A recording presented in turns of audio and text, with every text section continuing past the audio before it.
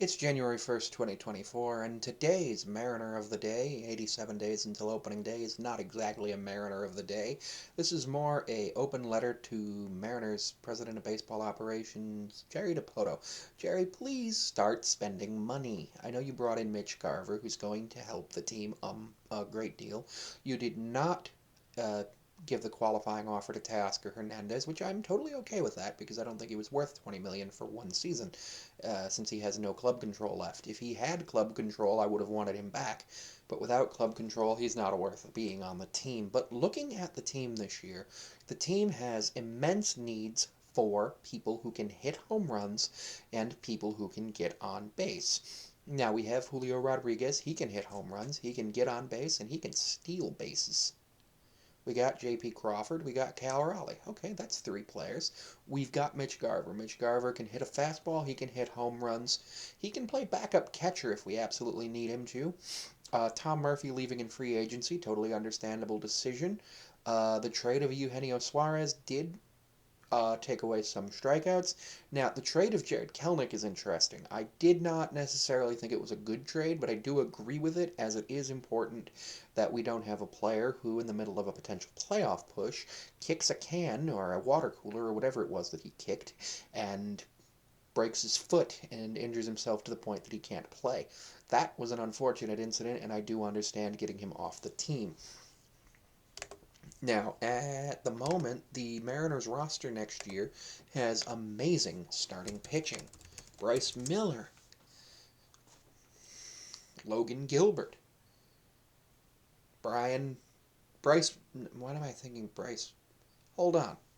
We've got amazing starting pitcher. Robbie Ray might come back next year towards the All-Star break or a little bit after the All-Star break, depending on how things went with his injury and his salary and his surgery, but you can't predict that he'll be the same player beforehand as he was beforehand. Luis Castillo, Robbie Ray, Julio Rodriguez, J.P. Crawford. But then after them, our next highest paid player is Dylan Moore at $3 million. Ty Prance is in arbitration. Logan Gilbert, Arb, Rojas, Arb, Topa, Arb. A lot of people in Arb, so I understand having people in arbitration. Emerson Hancock, pre-Arb. I don't know how that's going to go with him. George Kirby. We don't need to bring in another pitcher. Now, maybe having another dominant reliever like Paul Sewald was for us would be something wonderful, but at this point, that's a luxury. What we need is a major league bat, or two, or three, or just people who can play baseball at a high level at T-Mobile Park. I would really love it if we just spent that type of money so that way we didn't have to deal with the situation we've been dealing with of wondering if we're only going to win 54% of our games. And I understand 54% of winning percentage is actually pretty good in baseball. It's like 90 wins is decent, and we're looking at 87 to 89 wins. Problem is, the other teams in our division spend money. Now, I understand the Astros spent money on garbage cans, but that's a whole other thing. But we need to go out. Brian Wu was the other guy I'm thinking about. We need to go out, and Bryce Miller. Yeah, I was thinking about him. He's a good starting pitcher. We need to go out and just get a bat. Spend $20 million. I'm okay with the fact that we didn't trade for Juan Soto. I think that would have cost too much money.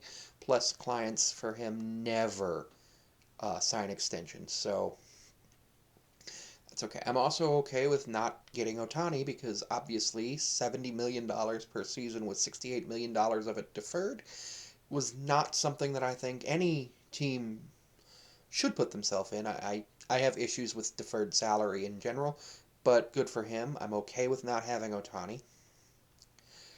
I would have liked for us to have offered him, let's say instead of 10 years, 700 with 680 million deferred.